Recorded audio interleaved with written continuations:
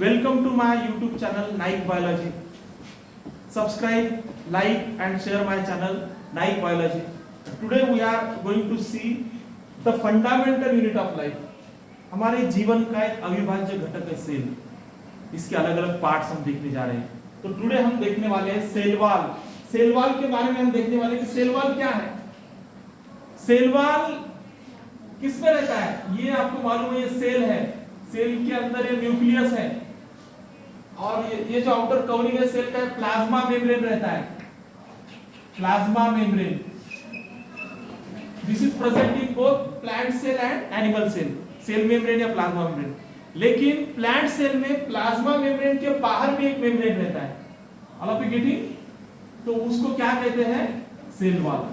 ये सिर्फ किस में रहता है? प्लांट सेल में या एनिमल सेल में? प्लांट सेल में रहता है. एनिमल सेल में एब्सेंट रहता है. एनिमल सेल में आउटर कवरिंग क्या रहता है? प्लाज्मा मेम्ब्रेन या उसको सेल मेम्ब्रेन कहते हैं. लेकिन प्लांट सेल में ये प्लाज्मा मेम्ब्रेन के बाहर रहता है, उसको सेल वॉल कहते हैं. Situated outside the plasma membrane. Correct. और सेल वॉल बनता है सेलुलोज से. कौन से केमिकल से बनता है सेल वॉल? सेलुलोज से बनता है. और इसकी क्या खासियत है? ये सेल को स्ट्रक्चरल स्ट्रेंथ देता है, सेल को मजबूती देता है. धूप हो या रेनी सीजन हो, ये सब चीजों से वो सेल का प्रोटेक्शन करता है. कौन? Cell wall. यानी स्ट्रक्चरल स्ट्रेंथ भी देता है सेल को. और कभी कभी क्या होता है, ज्यादा लॉस होता है वाटर का सेल के अंदर से. वाटर बाहर ज्यादा चला जाता है ऑस्मोसिस से, और इससे होता क्या है, सेल सिकुड़ जाती है. तो इसको प्लाज्मोलाइसिस कहते हैं. ये भी किसके थ्रू होता है? सेल वॉल के थ्रू होता है. प्लाज्मोलाइसिस एक फिनोमेना है. और इसकी एक खासियत है, सेल के अंदर अगर हाइपोटोनिक सॉल्यूशन में हमने सेल को रख दिया और उसमें सेल में पानी अगर इंक्रीज हो रहा है, इवन लिविंग बॉडी में भी, लिविंग प्लांट में भी, तो वो सेल को बस्टिंग से बचाता है. काफी वो स्ट्रेंथ रहता है ना उसमें. ऐसा है कि सेल में थोड़ा बहुत पानी बढ़ गया और वो सेल बस्ट हो गया प्लांट सेल, ऐसा होता है क्या? नहीं. क्योंकि वो सेल वॉल सेलुलोज से बना हुआ रहता है, वो उसको एक रिजिडिटी देता है, यानी काठिन्य. और आप गेटिंग मजबूती प्रोवाइड करता है. और इसका एक खासियत है, बस्टिंग तो से तो प्रिवेंट करता है और अपोजिट प्रेशर भी क्रिएट करता है. Opposite and equal pressure inside the cell.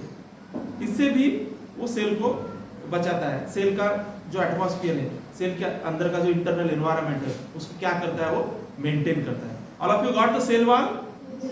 देखिए हम मैंने एक पोएम बनाया है, तो सेल वॉल के ऊपर का एक पोएम भी मैं पढ़ता हूँ.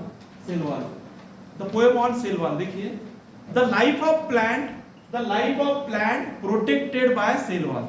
The life of plant protected by cell wall. Cellulose is the main component of cell wall. Cellulose is the main component of cell wall. Sometimes the cell loses its water. Sometimes the cell loses its water, causes the shrinkage through the cell wall. Causes the shrinkage through the cell wall. जो plasmolysis होता है ना, मैंने बताया आपको. It's the cell wall. It's the cell wall protect the cell from bursting. It's the cell wall protect the cell from bursting. It's the cell wall create equal opposite pressure. It's the cell wall create equal opposite pressure. Plant cell maintain their life. Plant cell maintain their life due to cell wall. And plant cell withstand their life due to cell wall. So this is the poem on cell wall. In this way we have completed the cell wall. अभी हम साथ ही इसके साथ ही हम देखेंगे अभी nucleus का भी जानकारी देखेंगे. All of you getting nucleus? जो सेंटर में मैंने यहाँ ड्रॉ किया, ये क्या है? ये न्यूक्लियस है. इसकी क्या खासियत है? इसको न्यूक्लियस को भी सेल के अंदर ऐसे डबल मेम्ब्रेन रहते हैं, छोटे छोटे. All of you getting? Nucleus कैसा रहता है? Double layer, double membrane structure रहता है. और उसमें छोटे छोटे पोर रहते हैं, छोटे छोटे होल्स रहते हैं. तो इनका काम क्या है? जो भी मटेरियल है, फूड है, वाटर है, न्यूक्लियस के अंदर आता है. किसके जरिए आता है? ये न्यूक्लियर पोर के जरिए आता है. और जो वेस्ट मटेरियल भी न्यूक्लियस का बाहर जाता है, किसके जरिए जाता है? न्यूक्लियर पोर के जरिए जाता है. और न्यूक्लियस की क्या खासियत है आपको मालूम है? हमारे शरीर का पूरा जो आनुवंशिक गुणधर्म है, जो हेरिडिटी है, हमारे जो कैरेक्टर है, ये न्यूक्लियस के अंदर छुपे हुए रहते हैं. किसके सहारे? क्रोमोसोम के सहारे। न्यूक्लियस के अंदर क्या रहता है? क्रोमोसोम रहता है, और क्रोमोसोम के अंदर डीएनए रहते हैं, और डीएनए के अंदर जीन्स रहते हैं। हमारा स्वभाव, हमारा कलर, करेक्ट, अरे कितने सारे गुण है हमारे इसमें। तो ये सब कौन कंट्रोल करता है? जीन्स। अलग अलग जीन्स अलग अलग कैरेक्टर कंट्रोल करते हैं। तो ये जीन्स कहाँ रहते हैं? डीएनए में, और डीएनए कहाँ रहते हैं? क्रोमोसोम में, और ये क्रोमोसोम कहाँ रहते हैं? न्यूक्लियस के अंदर। हम देखते हैं ना, जो भी कैरेक्टर हमारे पेरेंट्स से हमारे इसमें आते हैं, हमारे इसमें से हमारे बच्चों में जाते हैं, किसके जरिए जाते हैं? डीएनए के जरिए। तो सब मटेरियल कहाँ रहता है? जेनेटिक मटेरियल न्यूक्लियस के अंदर रहता है। All of you getting? Chromosome के अंदर डीएनए, डीएनए के अंदर जीन्स। और इसकी एक खासियत है, सेलुलर रिप्रोडक्शन में भी इसका रोल है। सेल की संख्या बढ़ती है, एक सेल से दो सेल बनते हैं, सेल डिवाइड होते हैं, यानी न्यूक्लियस डिवाइड होता है। न्यूक्लियस के डिवाइड हो गया तो सेल भी डिवाइड हो जाती है, एक सेल से दो सेल बनते हैं। इसको क्या कहते हैं? Cellular reproduction. इसमें भी किसका रोल है? न्यूक्लियस का रोल है। और सेल के अंदर काफी सारी केमिकल रिएक्शंस होती रहती है, मालूम है ना आपको?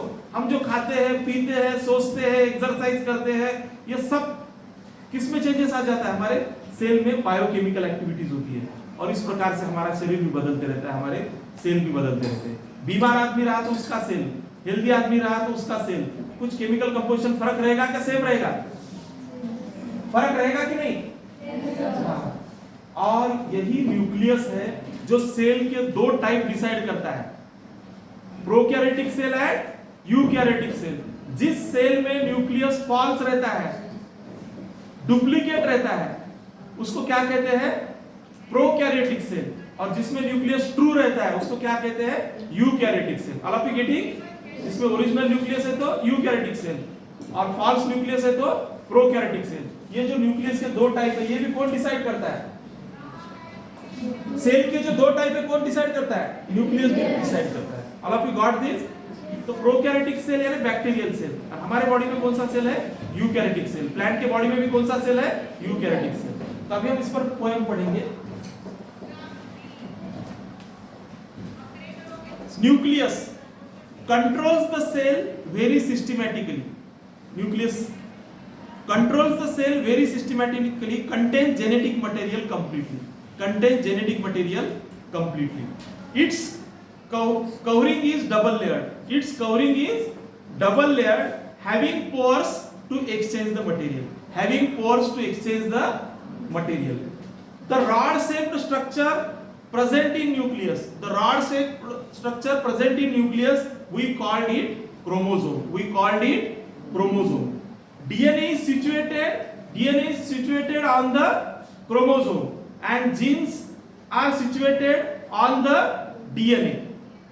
Nucleus is the part of cellular reproduction. Nucleus is the part of cellular reproduction. Divides the cell into prokaryote and eukaryote. All of you got this? So this is about the nucleus. In this way today we have seen regarding the cell wall and nucleus. All of you got? Yes, sir. Once again I am telling you, subscribe my channel, share my channel, Nikes Biology. Thank you.